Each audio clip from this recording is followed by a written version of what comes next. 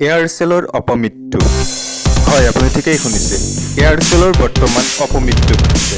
এসময়ত ভাৰতবৰ্ষৰ সৰ্বোত্তম নেটৱৰ্ক এয়াৰচেলে নেটৱৰ্কৰ দুনিয়াত নিজা কক্ষপথ হেৰুৱাবলগীয়া হৈছে।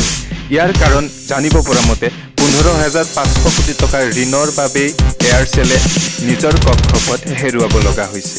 এতিয়া গ্ৰাহকসকলৰ কি হ'ব? গ্ৰাহকসকলক জাননী নিদিয়াকৈ এয়াৰচেলে নেটৱৰ্ক বন্ধ কৰি দিছে 21 ফেব্ৰুৱাৰী 2018 তাৰিখে। আপোনাৰ নম্বৰটো চাগে কোনোবা বেংক একাউণ্টত, প্ৰিয় আত্মীয় স্বজনৰ লগত আৰু কাৰেণ্টৰ বিলৰ অফিচত এনেধৰণৰ বহুততে দি থোৱা আছে। এতিয়া আপুনি কি কৰিব?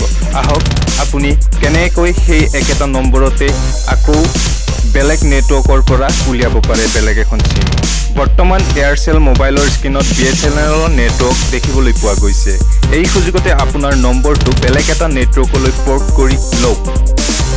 যেনে এয়াৰচেলৰ পৰা Jio', BSNL, Airtel, Vodafone, idea অথবা অন্য কোনো নেটৱৰ্কলৈ। পৰ্ট কৰিবৰ বাবে আপোনাৰ এয়াৰচেল মোবাইলৰ পৰা SMS কৰক PORT স্পেচ 123456 যে লিখিছোঁ তাৰ জেগাত আপুনি লিখক আপোনাৰ ফোন নম্বৰটো আৰু চেণ্ড কৰক 1900 নম্বৰলৈ।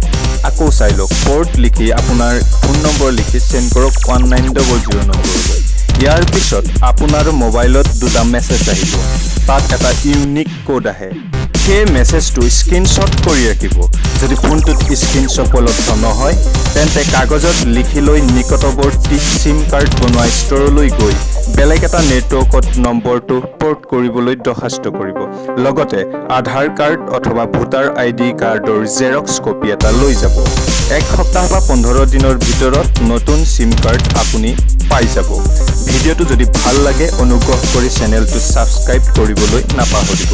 ধন্যবাদ।